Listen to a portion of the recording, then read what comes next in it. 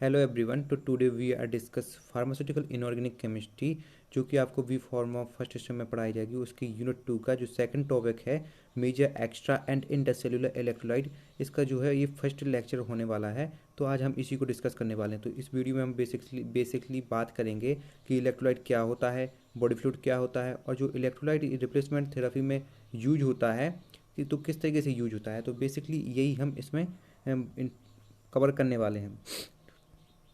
ठीक है, सबसे पहले देख लेते हैं इलेक्ट्रोलाइट। ठीक है, इलेक्ट्रोलाइट को जानने से पहले अपन को जानना होगा कि बॉडी फ्लूइड क्या होता है, क्योंकि जो इलेक्ट्रोलाइट होता है वो भी तो बॉडी फ्लूइड होता है। तो देखो, the body fluid are solution of inorganic and organic compound mainly in water. यानी जो इलेक्ट्रोलाइट होता है वो सॉल्यूशन होता है इनऑर्गेनिक, चाहे इनऑर्गेनिक और ऑर्गेनिक कंपाउंड का। ठीक है, अब देखो बेसिक सी बात है कि जो सॉल्यूशन है और सॉल्यूशन जो होता है सॉल्वेंट और सॉल्यूट उसका मिक्सचर होता है। ठीक है, तो जो इसमें जो सॉल्वेंट है वो वाटर है, ये यूनिवर्सल है।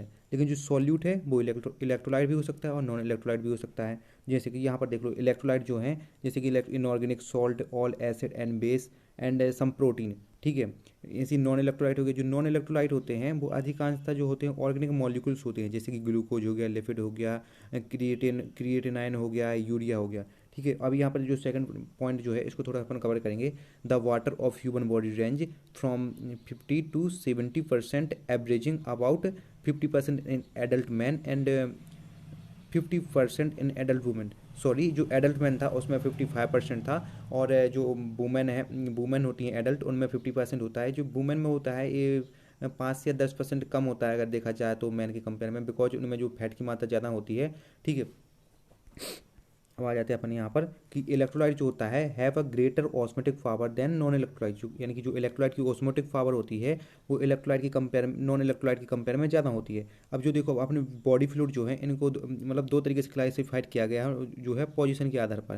देखो, एक तो होता है intracellular fluid, extra cellular fluid. अब इंट्रासेल्युलर फ्लूइड और एक्स्ट्रा सेल्युलर फ्लूइड क्या होते हैं इसके अपन बारे में आगे डिस्कस करने वाले हैं। ठीक है, जो एक्स्ट्रा सेल्युलर होता है इसे फर्दर डिवाइड किया गया है दो भागों में। एक तो होता है इंटरस्टेशियल फ्लूइड और एक होता है प्लाज्मा फ्लूइड। प्लाज्मा फ्लूइड को जो है अपन वास्कुलर फ्लूइड के नाम से भी अपन जान लेते हैं। ठीक है, तो interstitial fluid and plasma fluid are collectively known as extracellular fluid. जो इंटरस्टेशियल फ्लूइड और जो प्लाज्मा फ्लूइड है इसको अपन अगर एक साथ देखा जाए तो इसको एक्स्ट्रासेल्युलर फ्लूइड के नाम से जानते हैं। जो इंटरस्टेशियल फ्लूइड है जो 12 से 15% होता है अपने बॉडी वेट का। ठीक है, वहीं जो प्लाज्मा फ्लूइड है वो 4 से 5% होता है बॉडी वेट का। ठीक है, प्लाज्मा फ्लूइड को अपन जानते हैं वास्कुलर फ्लूइड के नाम से। ठीक है, जो इलेक्ट्रो अभी आपने जो पढ़ा है वो है basically introduction of the body fluid. ठीक है, अब जान लेते हैं इलेक्ट्रोलाइट क्या होता है। तो electrolyte is a substance that it dissolve in solution and some of its molecule are split और dissociate into electrically charge atom और आयन। यानी कि जो इलेक्ट्रोलाइट होता है ऐसा सब्सटेंस होता है जिसको अपन अगर सॉल्यूशन में डिजॉल्व करें तो वो जो है मतलब कैटन और आयन में डिसोसिएट हो जाता है, यानी टूट जाता है। कैटन कैटन वो कहलाते हैं जिन पर पॉजिटिव चार्ज होता है, एनायन वो कहलाते हैं जिस पर नेगेटिव चार्ज होता है। ठीक है, कैटन और एनायन देखो फॉर होम्योस्टेटिक कंडीशन में जब ये जो फ्लूइड के कंपार्टमेंट रहते हैं, ठीक है, उनसे जो बाहर निकलते हैं तो जब होते हैं कैटन और एनायन जो है इक्वल हो जाते हैं। ठीक है, अब यहाँ पर देख लो जैसे कैटन में क्या जाता है सोडियम, पोटेशियम, कैल्शियम, मैग्नीशियम, और एनायन में क्लोराइड, बायोकार्बोनेट, फॉस्फोरस, सल्फोट आयन। याद रखना यहाँ पर जो कैटन और एनायन में दिए गए हैं ये सभी जो है इलेक्ट्रोलाइट हैं। ठीक है, तो जो सोडियम और क्लोराइड होती है ये जो है एक्स्ट्रा सेलुलर में प्रेजेंट होते हैं, और वहीं अगर देखा जाए तो पोटेशियम, फॉस्फेट, मैग्नीशियम जो है इंट्रासेलुलर में प्रेजेंट होते हैं। ठीक है, अब the electrolyte concentration of body fluid have been different in various body fluid compartment. जो यानी कि जो इलेक्ट्रोलाइट की कंसंट्रेशन यानी कि जो मात्रा होती है बॉडी फ्लूइड में वो ये डिपेंड करती है उसके फ्लूइड के कंपार्टमेंट में। ठीक है, अब अपन जान लेते हैं फ्लूइड के कंपार्टमेंट क्या है। ठीक है, the various body fluid compartment में भी देखो जो फ्लूइड कंपार्टमेंट हैं दो तरह के होते हैं, इंट्रासेल्युलर फ्लूइड और एक्स्ट्रासेल्युलर फ्लूइड। ये अपन पहले भी देख सके मतलब देख चुके हैं। ठीक है, वहीं आ जाते हैं आप फिर से कि देखो जैसे ये डायग्राम से समझो। ठीक है, यहाँ पर ये पहला दिख रहा है एक्स्ट्रासेल्युलर फ्लूइड वाला। ये देखो ये जो है एक सेल है, सेल के अंदर जो न्यूक्लियस पाया गया है, देखो सेल के बाहर ये देखो जो है ये जो फ्लूइड है उसको अपन एक्स्ट्रासेल्युलर फ्लूइड कहते हैं। वहीं पर यहाँ पर दूसरे डायग्राम में देखो इंट्रासेल्युलर वाले में मतलब जो सेल के अंदर जो फ्लूइड है उसको अपन इंट्रासेल्युलर फ्लूइड कहते हैं। अभी आ जाते हैं इंट्रासेल्युलर फ्लूइड के। देखो नाम से समझ में आ रहा है कि जो इंट्रासेल्युलर यानी कि इंट्रा प्लस सेल्युलर। इंट्रा यानी होता है इनसाइड, इनसाइड का मतलब होता है अंदर। ठीक है, वहीं सेल्युलर तो पता ही है कि सेल। ठीक है, यानी कि ऐसा फ्लूइड जो सेल के अंदर पाया जाता है। ठीक है, उसे कहते हैं इंट्रासेल्युलर फ्लूइड। यही डेफिनेशन में लिख दी है कि intracellular fluid are those fluid which present inside the cell, यानी कि इंट्रासेल्युलर फ्लूइड ऐसा फ्लूइड है जो सेल के अंदर पाया जाता है। एग्जाम्पल के रूप में देख लो साइटोप्लाज्म, और ये एचपी में पढ़ा होगा कि जो सेल के अंदर होता है साइटोप्लाज्म में पाया जाता है। अब साइटोप्लाज्म क्या है, इंट्रासेल्युलर फ्लूइड तो है, ठीक है। अब अगर देखा जाए तो 45 से 50% जो अपने बॉडी वेट का होता है, ठीक है, वो जो है इंट्रासेल्युलर फ्लूइड ही होता है। अगर अपन इसको वॉल्यूम में देखें तो 30 लीटर जो है इंट्रासेल्युलर फ्लूइड अपनी बॉडी में पाया जाता है, ठीक है। वहीं एक्स्ट्रा सेल्युलर फ्लूइड, अब देखो एक्स्ट्रा सेल्युलर फ्लूइड नाम से समझ में आ रहा है कि एक्स्ट्रा प्लस सेल्युलर, यानी कि जो एक्स्ट्रा है उसका मतलब होता है आउटसाइड, या आउटसाइड यानी बाहर, वहीं सेल्युलर का पता है कि सेल, यानी कि अपन इसको लिख दिया है कि extra cellular fluid are those fluid which present outside of the cell. जैसे कि अभी डायग्राम में अपन ने देखा था, यहाँ डायग्राम में देखा था कि ये देखो ये जो फ्लूइड जो है सेल के बाहर पाया गया है वो एक्स्ट्रा सेल्युलर फ्लूइड होता है, ठीक है। तो जो फर्दर एक्स्ट्रा सेल्युलर फ्लूइड है इसे भी फर्दर दो भागों में डिवाइड किया गया है, इंटरस्टिशियल फ्लूइड और प्लाज्मा फ्लूइड। ये अपन पहले भी देख चुके हैं, ठीक है। तो इंटरस्टिशियल फ्लूइड क्या कहलाता है, तो interstitial fluid are present between the cell.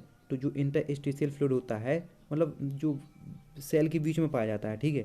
वह इसका जगह देखा जाए जो इंटरस्टिशियल फ्लूइड है 12 से 15% बॉडी वेट होता है, उसका जो वॉल्यूम होता है मतलब 10.5 लीटर वॉल्यूम होता है, ठीक है। वहीं प्लाज्मा फ्लूइड देखा जाए, plasma fluid are known as vascular fluid. ये बार पहले भी देख चुके हैं कि this is the fluid which is present in the blood vascular system, यानी कि जो ऐसा फ्लूइड जो ब्लड वास्कुलर सिस्टम में पाया जाता है उसे प्लाज्मा फ्लूइड कहते हैं।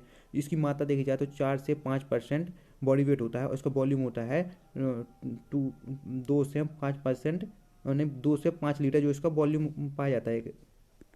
हम आ जाते हैं electrolyte use in the replacement therapy, यानी कि जो इलेक्ट्रोलाइट को है रिप्लेसमेंट थेरेपी में किस तरीके से यूज किया जाता है ये अपन अब देखने वाले हैं। सबसे पहले जान लेते हैं कि रिप्लेसमेंट थेरेपी क्या कहलाती है, ठीक है। यानी कि in a healthy person the electrolyte concentration is maintain constant in the body fluid, यानी कि जो कोई हेल्दी पर्सन रहता है उसमें इलेक्ट्रोलाइट की जो मात्रा रहती है वो अपना जो बॉडी फ्लूइड यानी कि जैसे कि ब्लड होता है ये मेंटेन कर लेता है। लेकिन वहीं देखा जाए कि if a person undergo surgery और remain undesirable condition for long time the body can not maintain और करेक्ट इलेक्ट्रोलाइट बैलेंस, यानी कि अगर देखा जाए जैसे कि सर्जरी की कंडीशन आ जाती है या मान लो कि हाँ जैसे कोमा की कंडीशन आ जाती है, तो इस तरह की कंडीशन में जो पेशेंट होता है वो मतलब खाना नहीं खाता है तो उसमें जो इलेक्ट्रोलाइट की कमी हो जाती है तो बॉडी मेंटेन नहीं कर पाती है। तो ऐसे में क्या करते हैं कि देखो अगर कोमा में कोई पर्सन है तो वो जो है खाना तो खा नहीं पाएगा, यानी कि उसकी बॉडी भी इलेक्ट्रोलाइट मेंटेन नहीं कर पाएगी।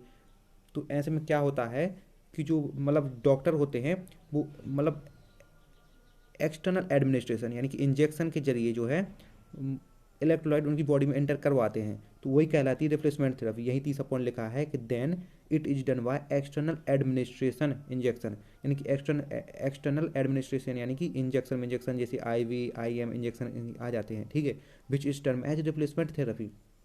अब जान लेते हैं कि रिप्लेसमेंट थेरेपी में इलेक्ट्रोलाइट को किस तरीके से यूज करते हैं। In normal condition the body is able to adjust the electrolyte balance, यानी कि इसका मतलब है कि नॉर्मल कंडीशन में अपनी बॉडी योग्य होती है इलेक्ट्रोलाइट बैलेंस को मेंटेन करने के लिए। बट इन सम कंडीशन जैसे कि प्रोलॉन्ग फीवर, यानी कि अगर फीवर है बहुत लंबे टाइम तक, सीवियर वॉमिटिंग यानी वॉमिटिंग भी बहुत ज़्यादा हो रही है, डायरिया यानी कि there occur a heavy loss of electrolyte, यानी कि जो प्रोलॉन्ग फीवर वॉमिटिंग और डायरिया में जो है इलेक्ट्रोलाइट बहुत ज़्यादा मात्रा में लॉस हो जाते हैं। और ऐसी कंडीशन में कि so there is need to administer of lost electrolyte, यानी कि जो इलेक्ट्रोलाइट लॉस्ट हो चुके हैं उनको मतलब अपन को एडमिनिस्ट्रेशन यानी अपनी बॉडी मेंटेन करवाने की जरूरत होती है, ठीक है। तो there are some electrolyte that are use in replacement therapy, यानी कि यहाँ पर कुछ ऐसे इलेक्ट्रोलाइट दिए गए हैं जो रिप्लेसमेंट थेरेपी में यूज होते हैं। तो यहाँ इन replacement therapy sodium chloride and its salt, जैसे कि सोडियम क्लोराइड इंजेक्शन हो गया, हाइपरटोनिक सॉल्यूशन हो गया, और potassium chloride and its salt are used. Basically कहा गया है कि जो रिप्लेसमेंट थेरेपी में है सोडियम क्लोराइड और उसके जो सॉल्ट है जैसे कि sodium chloride injection, hypertonic solution use किए जाते हैं। उसी के साथ साथ जो पोटेशियम क्लोराइड भी यूज किया जाता है और पोटेशियम क्लोराइड के सॉल्ट भी यूज किए जाते हैं।